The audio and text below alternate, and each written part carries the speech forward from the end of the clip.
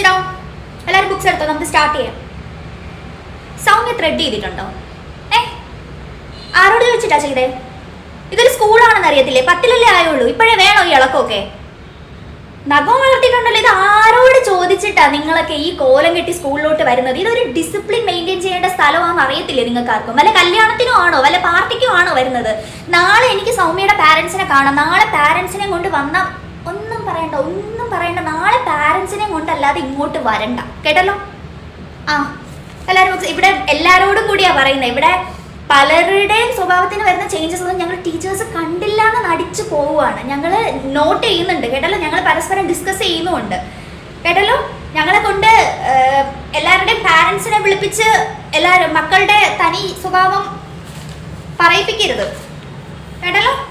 അല്ല, ഞാനൊരു കാര്യം കേട്ടല്ലോ, നിങ്ങളുടെ ക്ലാസ്സിൽ ആർട്സിന് ബോയ്സും ഗേൾസും ഒരുമിച്ചാണ് പെർഫോം ചെയ്യാൻ പോകുന്നതെന്ന്. ഉള്ളതാണോ? നടക്കില്ല മോനെ, നടക്കില്ല. നിന്റെ ഒക്കെ ഒരു പൂതി നടക്കാൻ പോകുന്നില്ല.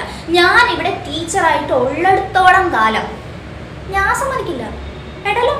അത് പെട്ടിയിലാക്കി മടക്കി അങ്ങ് വെച്ചാൽ മതി.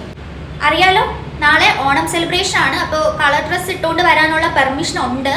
പിന്നെ ഗേൾസ് പ്രത്യേകം ശ്രദ്ധിക്കുക, ജീൻസും ഇറുതി പിടിച്ച വസ്ത്രങ്ങളും ഇട്ട് ഈ കോമ്പൗണ്ടിലോട്ട് വന്നു കഴിഞ്ഞാൽ ഞാൻ കത്തിയേറ്റത്തില്ല, കേട്ടല്ലോ? അപ്പോൾ വസ്ത്രധാരണത്തിൽ ശ്രദ്ധിക്കാൻ നോക്കുക മാക്സിമം. പിന്നെ കയ്യില്ലാതെ കൊടുക്കുന്നു ഇവിടെ പറ്റില്ല, കേട്ടല്ലോ? അപ്പോൾ അങ്ങനെ ആരെങ്കിലും ഞാൻ നോട്ട് ചെയ്ത് കഴിഞ്ഞാൽ പിന്നെ അവരുടെ കാര്യം അറിയാമല്ലോ. അതുകൊണ്ട് സൂക്ഷിച്ചും കണ്ടുമൊക്കെ ഡ്രസ്സ് ചെയ്ത് വരണം.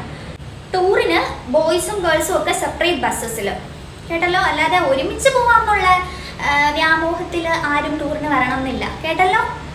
ശ്രദ്ധ, കേട്ടല്ലോ? അർജുൻ